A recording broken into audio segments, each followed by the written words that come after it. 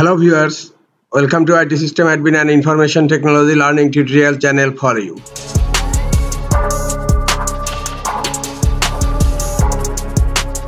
In this tutorial, I am going to show you how to unblock an account on Twitter. Sometimes it becomes very important for you, so don't forget to watch full video. To unblock an account on Twitter, go to your browser and browse x.com, and then in left pane click on more option.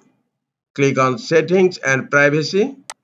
Here you will find privacy and safety. Click on privacy and safety, and under privacy and safety you will find an option mute and block. Click on mute and block, and then click on blocked account.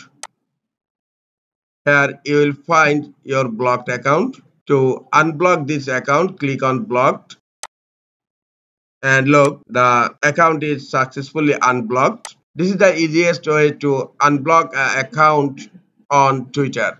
This is all for today. Hope this tutorial is helpful for you. Keep watching for next tutorial. Thank you very much.